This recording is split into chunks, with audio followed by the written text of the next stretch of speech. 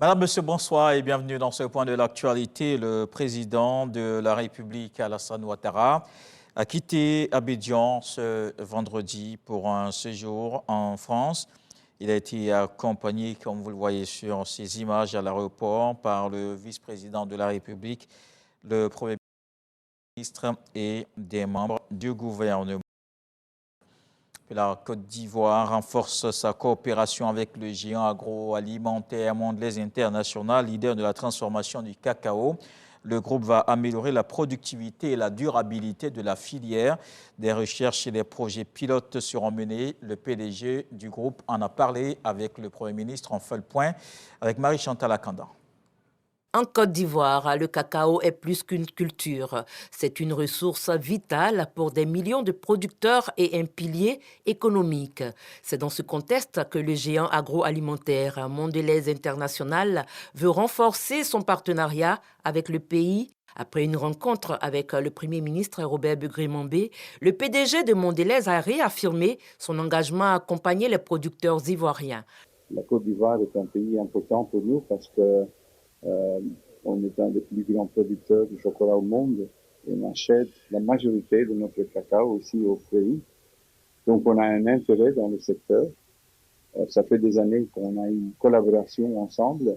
Donc on a discuté du secteur, qu'on peut élever notre collaboration à un autre niveau. On a trouvé un terrain commun où on pourrait vraiment avoir une collaboration beaucoup plus étroite qu'on a pour le moment. On trouve aussi des solutions pour la durabilité environnementale et la durabilité sociale. Et donc, à la fin, que ça change la vie des producteurs.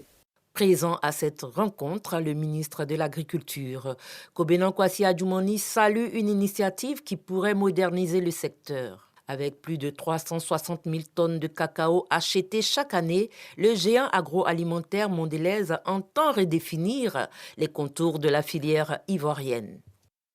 Et vous avez certainement entendu l'alerte de cette dame, des informations qui font état de poissons appelés à Dieu vent, confectionnés avec de l'insecticide. Le ministère des Ressources animales et halieutiques réagit aussitôt. Des agents se sont rendus sur le terrain. Dans le village d'Abobo-Doumé, le directeur des services vétérinaires a fait des prélèvements pour analyse au laboratoire. Nous sommes dans la dernière décade du mois de Ramadan. En dehors de la prière et la pénitence, c'est une période d'activité économique. Des commerçants font de bonnes affaires en proposant des articles pour la prière, des paniers de fruits et autres produits pour la rupture de jeûne, des offres spéciales que l'on retrouve aussi bien chez les particuliers que sur des grandes surfaces, un engagement de saison, mais qui permet à des jeunes de se faire de l'argent. Dans le reste de l'actualité, les soldats de l'armée soudanaise ont repris ce vendredi le contrôle du palais présidentiel à Khartoum.